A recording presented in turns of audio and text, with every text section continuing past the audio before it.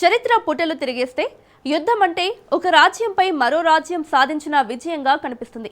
కానీ ఆధునిక కాలంలో యుద్ధం అంటే కేవలం గెలుపోటములు కావు. అది ఒక దేశం ఆర్థిక వెన్నెముకను విరిచేసే గొడ్డలి పెట్టు. ఒక క్షిపణి ప్రయోగం వెనుక కొన్ని కోట్ల రూపాయల ప్రజల సొమ్ము బూడిదవుతుంది. ఒక నగరంపై బాంబు పడితే అది కేవలం భవనాలను కూల్చడం లేదు, ఆ దేశం 30 ఏళ్ల కష్టాన్ని సమాధి చేస్తుంది. ప్రజల స్వప్నాలను, ఆకాంక్షలను చెరిపేస్తుంది. అంతులేని విషాదాన్ని నింపుతుంది. కానీ ఒక్క షేక్ హ్యాండ్తో యుద్ధం ఆగిపోతుంది. అసలు వారితో లాభపడేది ఎవరు? యుద్ధంతో బలయ్యేది ఎవరు?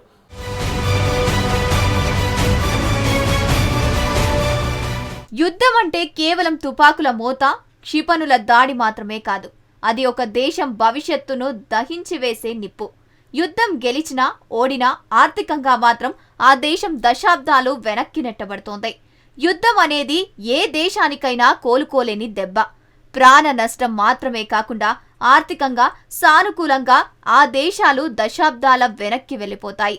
ప్రస్తుతం ప్రపంచంలో యుద్ధాల వల్ల తీవ్రంగా నష్టపోతున్నాయి. ఏ కారణంతో జరిగినా యుద్ధాలు మిగిల్చే విషాదం వర్ణాతీతం. రణరంగంలోకి దిగే సైనికులనే కాదు, అమాయకులైన ఎంతో మంది ప్రజల ప్రాణాలను అవి బలి తీసుకుంటున్నాయి. ఎంతో విలువైన సంపద హరించుకుపోవడంతో పాటు అపారమైన సహజ వనరులు విధ్వంసానికి గురవుతూనే ఉన్నాయి.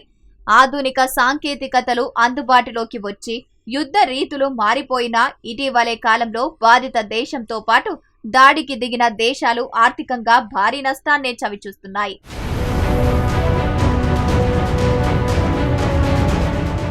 యుద్ధం మొదలవ్వగానే శత్రువు లక్ష్యం చేసుకుని రోడ్లు, వంతెనలు, విద్యుత్ కేంద్రాలు, కమ్యూనికేషన్ వ్యవస్థపై దాడులు చేస్తాయి. ఎందుకంటే ఇవే ఒక దేశ ఆర్థిక వ్యవస్థకు రక్తనాళాలు ఉంటాయి. దశాబ్దాల కాలం పాటు ప్రజల పన్నులతో నిర్మించుకున్న ఆస్తులు క్షణాల్లో బూడిద పాలవుతాయి. వీటిని తిరిగి నిర్మించాలంటే ఆ దేశం అప్పుల పాలు కావాల్సి ఉంటుంది. ఉదాహరణకు ఉక్రెయిన్ పునర్నిర్మాణానికి కొన్ని వందల బిలియన్ డాలర్లు అవసరం ఉంటుంది. ఉక్రెయిన్ లేదా గాజాలో నేడు కూలిపోయిన ప్రతి ఇటుకను తిరిగి పేర్చాలంటే కొన్ని వందల బిలియన్ డాలర్లు కావాలి. ఆ డబ్బు ఎక్కడి నుంచి వస్తుంది? ప్రజల సంక్షేమానికి వాడాల్సిన నిధులు, విదేశీ అప్పులు తిరిగి ఈ నిర్మాణాలకే ఖర్చు చేయాలి. యుద్ధం వల్ల ఫ్యాక్టరీలు ధ్వంసమైతే ఉత్పత్తి ఆగిపోతుంది, ఎగుమతులు నిలిచిపోతాయి. ఫలితంగా దేశ ఆదాయం సున్నాకి చేరుకుంటుంది.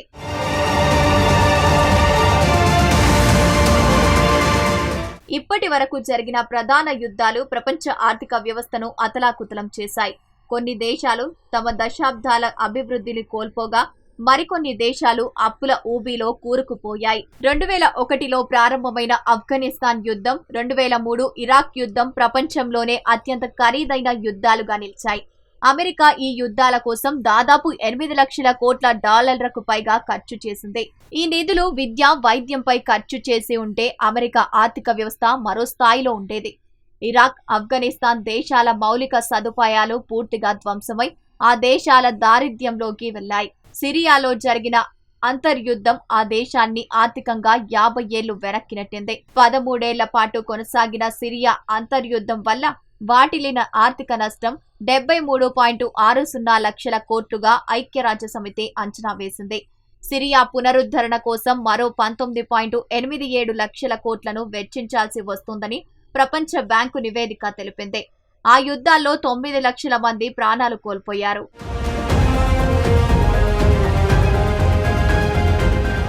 ఉక్రెయిన్, రష్యా మధ్య జరుగుతున్న ఈ యుద్ధం ఆధునిక కాలంలో అతిపెద్ద ఆర్థిక విపత్తుగా మారింది. 2022లోనే ఉక్రెయిన్ జీడీపీ 30% కంటే ఎక్కువ పడిపోయింది.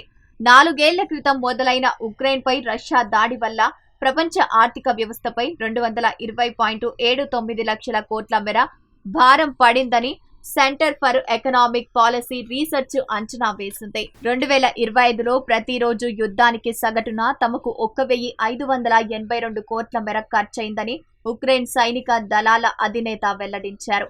ఉక్రెయిన్ పునర్నిర్మాణానికి వచ్చే దశాబ్దం పాటు 54.09 లక్షల కోట్లు వెచ్చించాల్సి ఉంటుందని అంచనా వేస్తున్నారు. అమెరికా ఆంక్షల వల్ల రష్యా వందల బిలియన్ డాలర్ల విదేశీ నిల్వలను కోల్పోయింది. ప్రపంచ మార్కెట్లో రష్యా ఇంధన పట్టు సడలింది.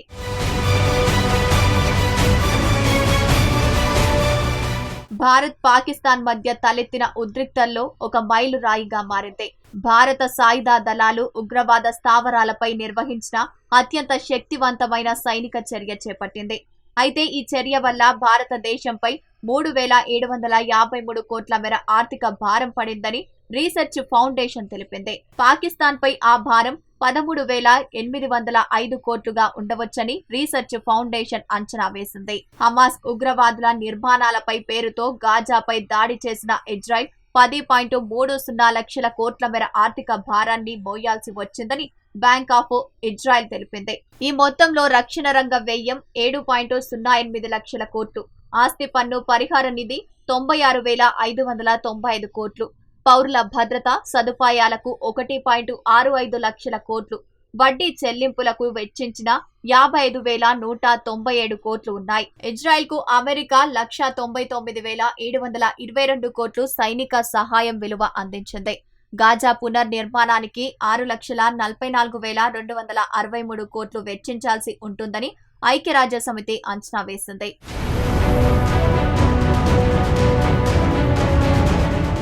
యుద్ధం వల్ల దేశాలు నష్టపోతుంటే కొన్ని శక్తులు మాత్రం లాభపడుతున్నాయి. మిలిటరీ ఇండస్ట్రియల్ కాంప్లెక్స్, ప్రపంచవ్యాప్తంగా ఆయుధాలు తయారు చేసే కంపెనీల షేర్లు యుద్ధం ఉన్నప్పుడు భారీగా పెరుగుతాయి. అంటే ఒక దేశం వినాశనం మరో కంపెనీకి లాభంగా మారుతోంది.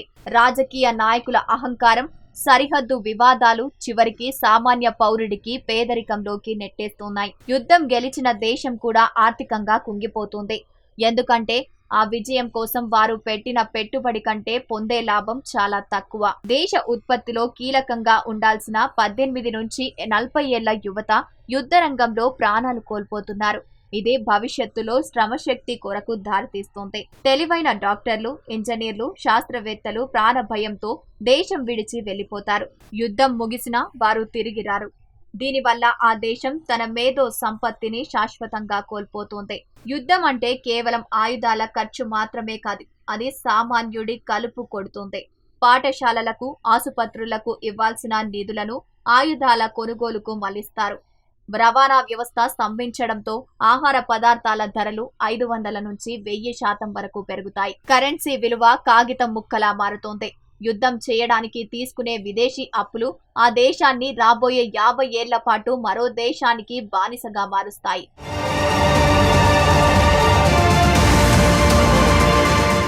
దేశాధినేతల అహంకారం లేదా భౌగోళిక రాజకీయాల వల్ల సామాన్య పౌరుడు తన రక్తాన్ని, చెమటను దారబోసి నిర్మించుకున్న ఆర్థిక సామ్రాజ్యం కుప్పకూలుతోంది. ఒక క్షిపణి ధరతో 100 పాఠశాలలు నిర్మించవచ్చు.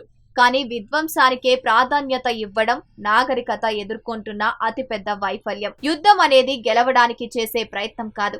అది ఒక దేశం తన సొంత కాళ్లపై తాను కాల్చుకునే తుపాకీ దెబ్బ. యుద్ధం ముగిసినా దాని ఆర్థిక గాయాలు మానడానికి తరాలు పడుతుంది.